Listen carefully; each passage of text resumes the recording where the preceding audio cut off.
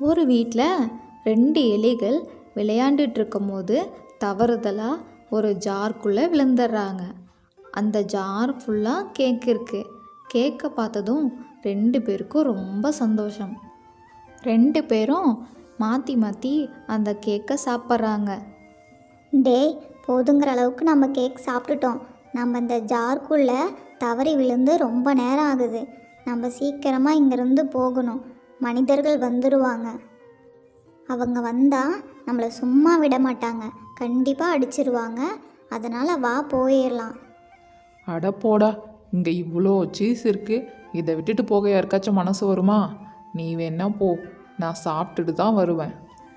அப்புறம் அந்த எலி அங்கே இருக்க கேக் துண்டுகளை வரிசையாக படிக்கட்டு மாதிரி அடுக்கி முடித்ததும் அது வழியாக ஏறி வெளியே போயிடுச்சு. இன்னொரு எலி அங்கே இருக்க கேக் துண்டுகளை வயிறு நிறைய சாப்பிட்டுட்டு அங்கேயே படுத்துருச்சு. நீண்ட நேரத்துக்கு அப்புறம் இந்த எலி இங்கேருந்து போகலான்னு நினைக்கிது.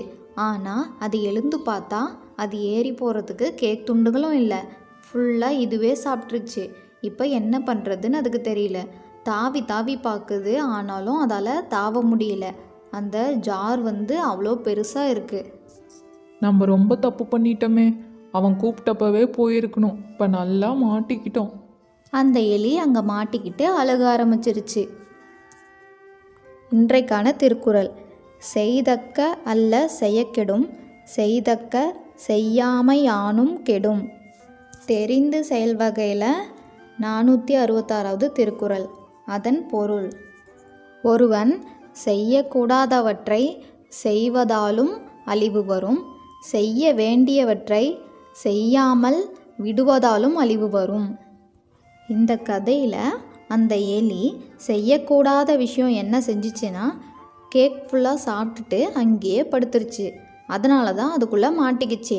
செய்ய வேண்டிய விஷயம் என்ன அப்படின்னா, இன்னொரு எலி படிக்கட்டு மாதிரி கேக் துண்டுகளை அடுக்கிட்டு அங்கேருந்து தப்பிச்சு போணுச்சுல்ல, அதே மாதிரி இதுவும் அந்த எலி கூட போயிருக்கணும். அதை இது செய்யலை. அதனால தான் உள்ளே மாட்டிக்கிட்டு அழுதுகிட்டு இருந்துச்சு. இந்த மாதிரி தான் நம்மளும் நம்மளோட லைஃப்பில் நம்ம செய்ய வேண்டிய ஒர்க்கை செய்யாமல் டைம் பாஸ் பண்ணிகிட்ருப்போம். அப்புறமா கடைசீட்டில் முன்னாடியே இதை செஞ்சுருக்கலாம் அப்படின்னு வருத்தப்படுவோம்.